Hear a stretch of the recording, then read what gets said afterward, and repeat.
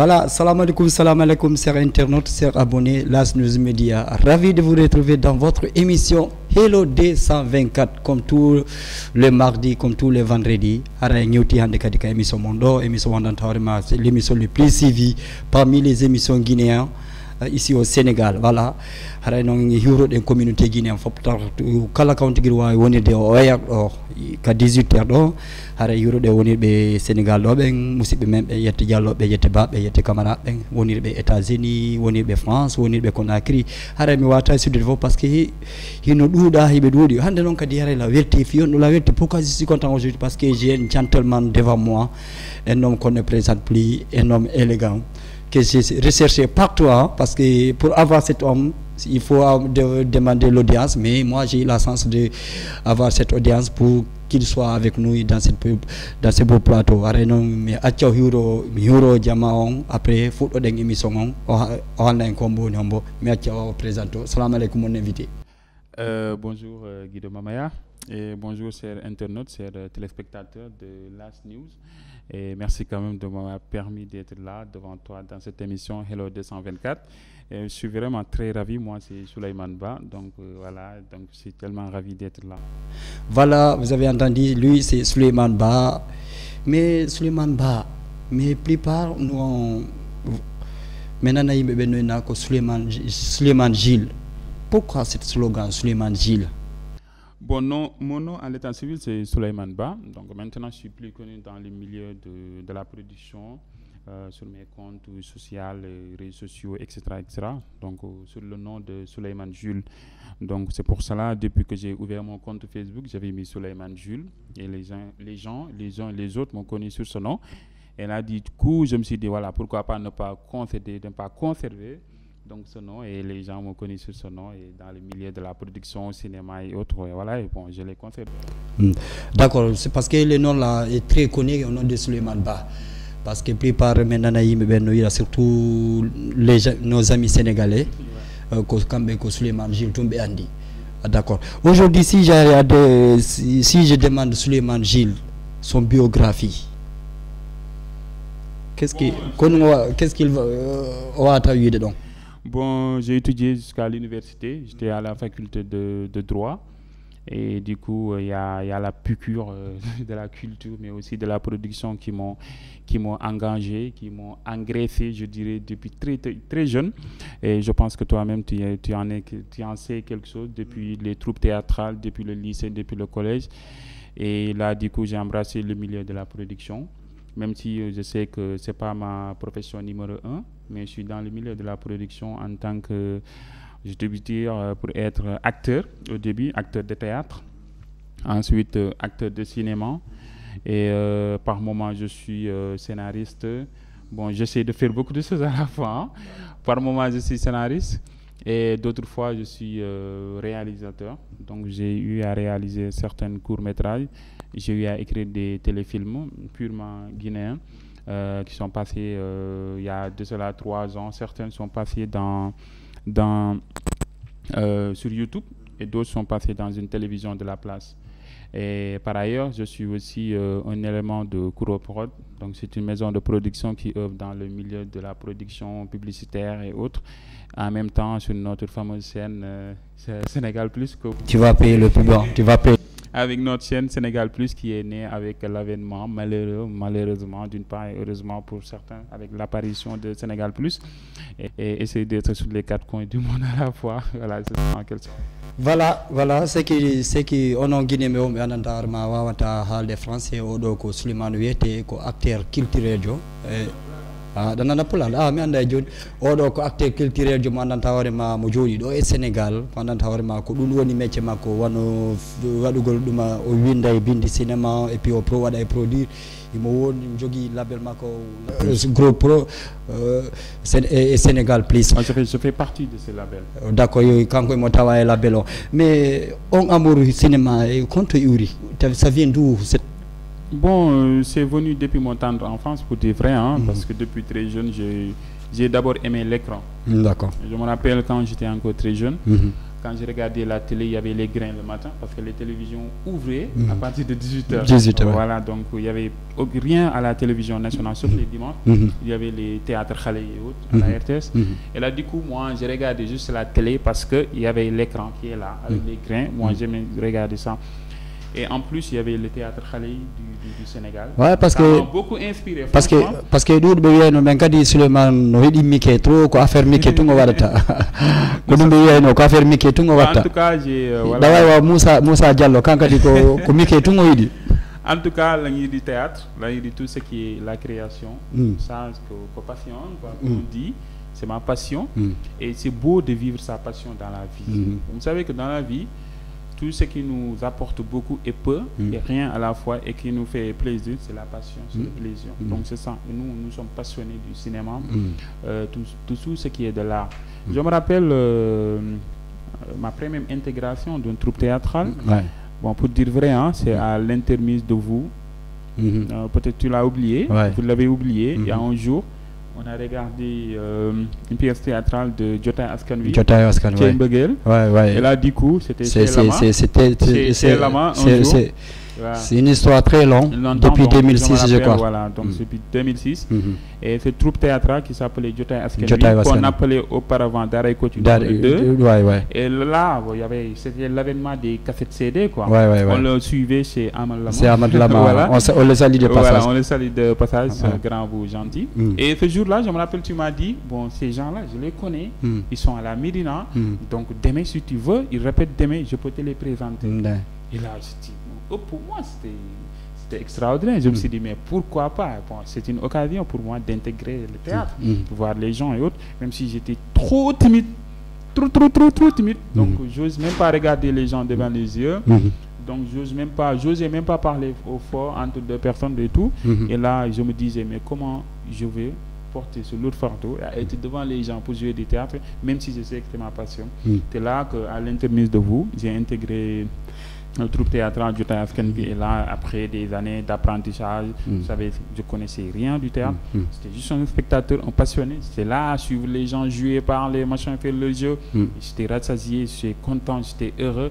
Et là, théoriquement, sur le banc, quand j'étais assis, je m'assois, je vois des gens jouer. Après les suggestions, les critiques de Jotay Askan, je salue au passage Salou Ndiaye, le metteur en scène, Seydou Camara, mais à travers leurs apprentissages, donc là-bas c'était une école, hein, pour dire vrai, j'ai appris beaucoup de comment faire pour devenir un acteur, d'abord de théâtre, 6e art, avant de venir au 7e art, le cinéma. Et là j'ai appris beaucoup. Qu'est-ce que représente l'acteur dans le monde que nous vivons et comment créer, comment avoir la possibilité de créer, etc. Et là, franchement, j'ai beaucoup aimé. Et là, automatiquement, je suis devenu un acteur. Par chance, je suis devenu un acteur. Et voilà, après les années, j'avais plus le temps d'être acteur, d'être présent tout le temps sur la chaîne parce que j'avais les études comme priorité. Bon, je vais parler un peu en polaar français. Voilà. Donc, j'ai donné nos priorités au début et j'étais trop concentré sur les études. Donc, mais à la temps, tout le temps d'être présent sur les répétitions, sur les tournages. Et là, du coup, je me suis dit pourquoi pas, comme j'ai eu à faire des études poussées jusqu'à l'université, j'ai dit pourquoi pas ne pas embrasser l'autre monde de l'écriture. Pour être écrivain, bon, pas écrivain, scénariste, et pourquoi pas après devenir réalisateur. Bon, j'ai fait aussi des études à l'Institut français concernant le théâtre et le cinéma et des formations au Centre culturel Blaise Senghor. Il y avait des sessions de formation à l'écriture, à l'initiation de l'écriture, mais aussi aux mises en scène. Ça, je l'ai appris avec Salou Ndiaye. Papa Ndiaye, Seydou Camara. Bon, bref, j'ai appris entre l'Institut français, le troupe théâtral Jotay Askan Wi, mais aussi le Centre culturel Blaise Senghor. Et après, j'ai essayé, en 2016, j'ai commencé à essayer avec un théâtre qui s'appelait Wouri et les Ramadan. Et là, je me suis dit, donc comme dajale na expérience yëpp j'ai wari dino fo mi jangi séda c'est adi olof ko nder émission nga yal tay joni donc voilà comme après je me suis dit bon bay mi jangi dino fo il est temps que mi yaha min kadi mi testa hoore am mi ndaara est ce que lan wawi seeɗa quoi ko watte ko waɗete voilà après min joni mi respectay condition ji ɗin fof les normes la répétition le casting le cinéma le scénario les mises en scène les déplacements et tout j'ai tout respecté bon tout c'est entre guillemets j'ai essayé de respecter au minimum au maximum possible parce qu'il n'y avait pas les moyens et tout donc on a tourné avec une seule caméra et ça a réussi, ça a fait un boom parce que sur une seule journée de midi à 18h on a tourné 3 épisodes et boum on l'a fait sur YouTube. Bon, auparavant YouTube n'était pas trop accessible pour tout le monde. Et on l'a mis sur YouTube et ça a cartonné. Auparavant on avait 4000 8000 vues et on a atterri à 12 000 vues pour une semestre 6 mois on a eu 8000 vues. Les gens ont dit mais waouh, mais qui est derrière tout ça alors qu'il n'y avait personne, c'était nous 3, moi 2 et 4 personnes. Et voilà, on est là assis, on est entré dans une maison de quelqu'un voilà, qui connaît un voisin. On a tourné et ça a fait boom. Et après le projet s'est continué avec d'autres années, les années suivantes. On a créé des Wouri et les Ramadan, saison 1, saison 2, saison 3 et ça a passé sur une chaîne de la place pour ne pas le nommer. Et voilà, c'est comme ça que j'ai intégré le cinéma. J'ai voulu apporter une touche pour le cinéma, pour la culture guinéenne. Parce que je me suis dit que le cinéma guinéen est très historique. Parce que les gens l'ignorent souvent. Parce que la première production cinématographique guinéenne date de 1953. Avant même l'accession de l'indépendance de la Guinée. Sous la colonisation même française. Ils ont produit un film en langue locale. C'était parce qu'auparavant, c'était permettre aux gens d'accéder à l'information, de les montrer ce qui se passe dans la société, parce qu'il n'y avait pas les réseaux sociaux, il n'y avait pas l'Internet qui n'était pas accessible, il n'y avait que le téléphone. Mais on pouvait faire accessible aux gens, à travers le cinéma et tout. Et là, on a je pense que le gars s'appelle Mamadou Touré. Oui, c'est Mamadou Touré. Voilà, Soumani. Son premier nom s'appelait Soumani. Soumani, voilà, c'était son premier chef-d'œuvre. Et c'était un cinéma en langue locale. Et après, c'est après l'indépendance que d'autres acteurs sont venus, d'autres producteurs sont venus pour faire du cinéma. Donc pour dire que le cinéma guinéen aussi, ça fait partie des anciennes centres de production cinématographique qui sont là, même s'il n'y avait pas assez de moyens. Mais entre-temps, il y a eu une grande rupture.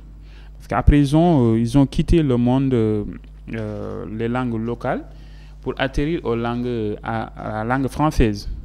Et du coup, il y a eu cette rupture entre la population qui doit être, qui est le destinataire, qui doit recevoir le message, et voilà quoi, l'envoyeur.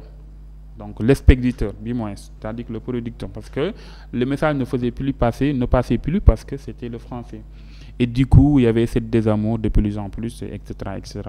Et aujourd'hui, on vit l'avènement de l'autoproduction. Il y a pas mal de producteurs partout. Mais vous savez, nous tous, nous savons que le monde du cinéma demande beaucoup d'exigences. Il y a beaucoup d'exigences dans le monde du cinéma. Il demande beaucoup de financement et beaucoup de professionnalisme. Et aujourd'hui, malheureusement, surtout que pour les Guinéens qui sont au Sénégal, qui ont l'amour du cinéma, de la production audiovisuelle, mais quand même les moyens manquent, franchement. Ok, merci Souleymane Ba, dit Souleymane Gilles, parce que on a ni qu'on développe, donc parce que moi la hakil, moi réora le gars qu'on va développer quoi. Voilà, Souleymane, on va rester avant de retourner en Guinée et on est au Sénégal quoi, parce que quand j'ai entendu en 2016 si ma mémoire est bonne, il y a des produits Wouri et Ramadan, mais comment tu as fait quand nous mobilise les Guinéens qui sont là, Guinéens au Sénégal, parce que c'est Andy Moussip, même ils sont très compliqués. Ça a été un domaine, c'est affaire banditisme ou affaire bandiagal, mais toi tu as à rassembler les Guinéens. Voilà encore des produits, ça a cartonné comme tu l'as dit, il y a 12 millions de vies. Et puis, comment tu as fait pour rassembler les Guinéens résidents au Sénégal? Bon, vous savez, au début, comme il dit, bon, Mime a accès direct chez la communauté guinéenne résidente au Sénégal parce que je ne suis pas dans les associations, je ne suis pas dans le mouvement, etc. Alors, j'ai eu un ami qui s'appelle Wouri, donc Wouri, vous connaissez, que je salue au passage. J'ai eu un ami qui s'appelle Wouri. Et là, du coup, je me suis dit, Wouri, donc il va être mon porte-parole avec les gens. Il va jouer le rôle d'intermédiaire. Et à travers Wouri, qui est connu dans le milieu de la production culturelle guinéenne, dans les événements, les cérémonies sociales guinéennes et tout. Et là, je me suis rapproché de lui. Heureusement qu'on s'est connu dans le milieu du théâtre aussi à Jotay Askan Wi. Et là, je me suis dit, mais attends, tiens. Et aujourd'hui, on est à l'avènement du théâtre et du cinéma sénégalais qui marche à merveille parce qu'il y avait l'avènement d'Aré Kochetou. Mais j'ai fait mes recherches. Je dis qu'il y a une forte communauté guinéenne au Sénégal, mais qui n'ont pas accès à l'information du 6e et du 7e art parce que la langue bloque. Et là, je me suis dit, pourtant, ils sont représentatifs au Sénégal. Et là, je me suis dit, mais pourquoi cette vague qui est là, qui est assez représentative au Sénégal, pourquoi ne pas faire des productions qui leur sont dédiées?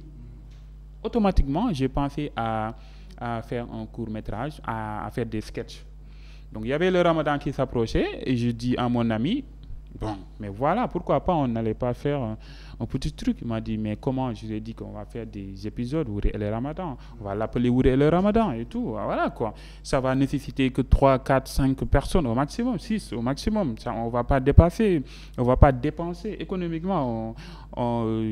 C'était pas coûteux. On a tourné sur une seule journée, on a mangé ensemble.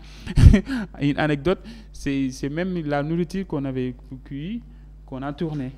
Donc, pour dire qu'économiquement, on savait gérer. Même dans les écoles du cinéma les plus talentueux du monde, les plus prestigieux du monde, on vous apprend ça.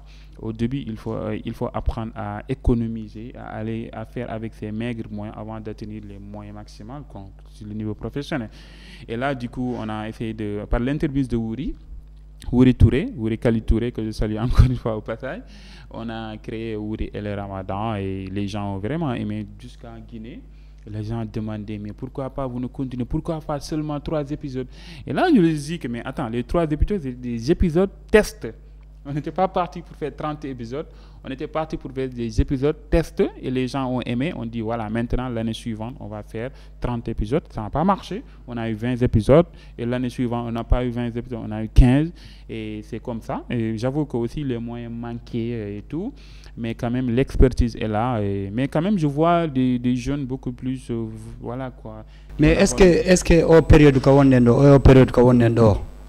on cérémonie de wadde Wouri Ramadan, est-ce que on période ça imeke étant CNS étant producteur d'avoir wadde partenariat avec les médias qui sont là fi wawugol dartugol duma cinéma guinéen do et Sénégal au continent ɗin épisode ɗi ono wadde Wouri Ramadan?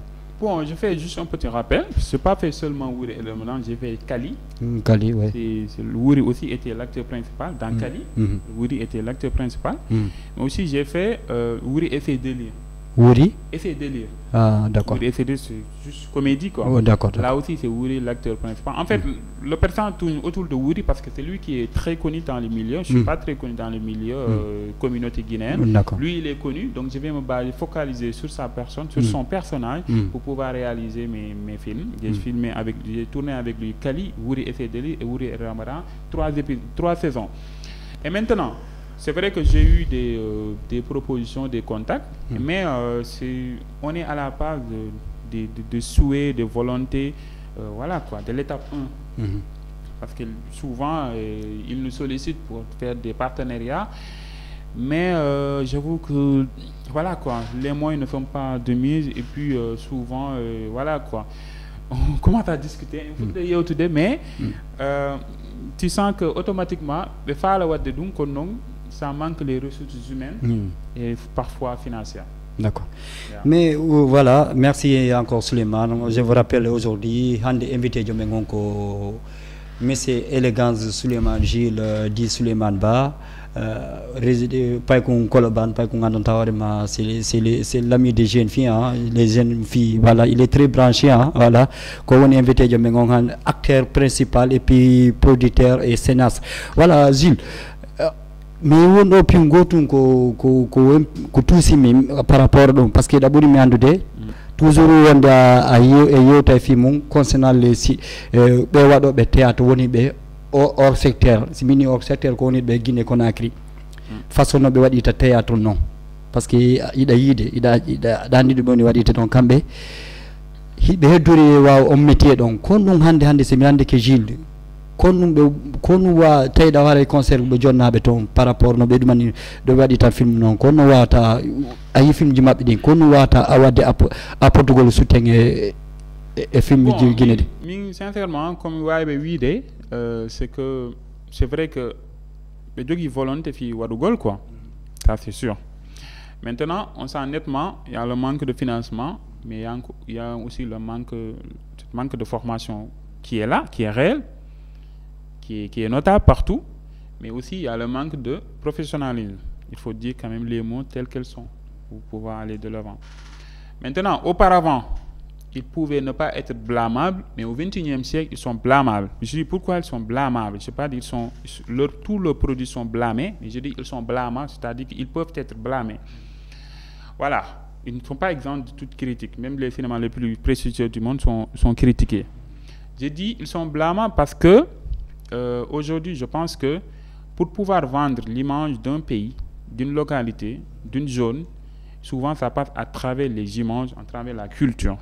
Si on prend l'exemple, par exemple, des États-Unis, ils ont commencé par les clips. C'est pourquoi depuis notre tendre enfance, on a tous voulu aller aux États-Unis parce qu'on voit les clips. Belles voitures, les belles jeunes filles, les routes, extra. C'est beau. Leurs films, on aimait aller aux États-Unis, en France, en Chine, parce qu'ils nous vendaient leur pays à travers les films et tout. Maintenant, pour le cas de la Guinée, forcément, il va falloir d'abord que les jeunes qui sont là-bas, l'État, les communautés qui sont installées là-bas, les organisations prennent en main le cinéma, mais aussi les productions, ce qu'on appelle les téléfilms, parce qu'ils sont maintenant en vogue. Il faut que les téléfilms, le cinéma soient beaucoup plus appuyés que ça. Il faut que l'État mette les moyens. D'abord par la formation, mais aussi par l'accessibilité aussi des moyens. Gilles, avant de mettre les moyens, des moyens. Est-ce qu'il y a des moyens be ala formation et puis be wada tum pour konko be nata yela encore en fait ko du wadi minni il faut que be walle be wada be fi be wadu formation andi donc côté donc Gilles andi jon konko wiata YouTube wodi kala ko wada to nga yimbe be yiya ndara de hebude vie hebude ciwde mum est ce que awa detude tamum parce que yayi théâtre ji mabbe di surtout ko théâtre ko yebe hollita do ascendita début ascendita fin c'est un peu tout le monde peut accéder à YouTube. Tout le monde peut accéder à l'audience. Mais tout le monde ne peut pas être suivi. Vous avez compris? Ouais. Alors tout le monde aussi, les gens qui sont vraiment instruits, qui sont vraiment calés, savent reconnaître la bonne qualité. Tous nous le savons. On sait reconnaître une production qui est vraiment professionnelle et une production qui ne l'est pas. Moi, je ne parle pas de l'avènement des réseaux sociaux. Ça, c'est banal. Facile. Non, je n'ai pas dit ça. Je n'ai pas envie que les gens me soutiennent mes idées. Mais très, très prochainement, vous verrez beaucoup. Voilà, quoi. J'ai envie de faire beaucoup de choses. Voilà, Gilles, certains moments, dans les séries sénégalaises, mais pour le moment, il est... Vous avez votre contrat du monde de l'année ou la Konwadi? Pour être acteur, je n'ai pas envie d'aller à Cannes parce que ce n'est pas mon rêve d'aller à Cannes en tant qu'acteur. Mais aller à Cannes en tant que producteur, réalisateur, oui. Oui, réalisateur, oui, moi. Alors là, ça... Bah oui, bon, il y a d'autres qui ont l'ambition de devenir acteur, qui l'ont fait comme métier, mais pas moi. Donc moi, pour l'instant, les jeux d'acteurs et tout, quand ils ont besoin de mon profil, je serai là, mais sinon, je ne cherche pas à intégrer les films. D'accord. Pour le moment. Fendoni, mo fala ma harako fala do yaltinde produit ala moyen ala no rewra est-ce que so yide Souleymane Gilles wa mo guidude wala walito mo produit ji makko di fi produit ji ngerte bon c'est donc c'est bien possible parce que il faut ala moyen di habotore parce que chaque maison de production a des manquements, a des souhaits, a des objectifs. Donc ceci dit que on n'a pas tous les moyens. En tout cas qu'on souhaite, sinon on n'allait plus travailler. Donc voilà. Maintenant, si quelqu'un ou bien une organisation ou groupe de personnes voudrait faire ceci ou cela, bon, s'ils m'approchent, moi je peux leur partager mon expérience. Donc leur montrer le chemin, la voie, pourquoi pas même les donner une formation gratuite. Voilà quoi, les générer ça gratuitement, parce que j'ai pas envie de garder mon expérience comme ça, dans aucun sens, tant que je ne les produise pas, pour être authentique, mais j'ai envie de les partager. D'accord. Ça c'est sûr. Voilà, dernier mot, parce qu'il est temps. Bon, dernier mot, c'est juste pour te dire merci pour l'invitation et la tribune que tu m'as offert. Donc j'en suis vraiment ravi, et je dis merci aussi à votre caméraman Moussa Diallo. Moussa Diallo. Voilà, merci beaucoup Souleymane pour ton depuis 15 heures, mais il a jippini hoore ma na pay ko mawnintini ko et puis tu as eu le temps de rester dans les coins et gérer tes affaires randatama dettitama quoi hara non kadi kala faala do onon guinéen be woni be Sénégal do be walla guinéen be darde men o média do Las News iwobe Conakry Sénégal do Souleymane Jules no do kala faala do wadde formation au cinéma no wawi tum battade mo walla faala do wadde produit alam duma Carrera do way battade Souleymane Jules mo rewre am mi wawa mo guidude ha o wiide Souleymane Jules be wawa liggodade parce que kanko mo do fi fop na fi sénégalais na fi guinéen na fi ivoirien, il est international, il est pan-africain, il soutient tout le monde quoi. Haray ko do mi ngomi wayntoto on mi jondiro rendez-vous inchallah le semaine prochaine, même heure même endroit, tant que moi bye.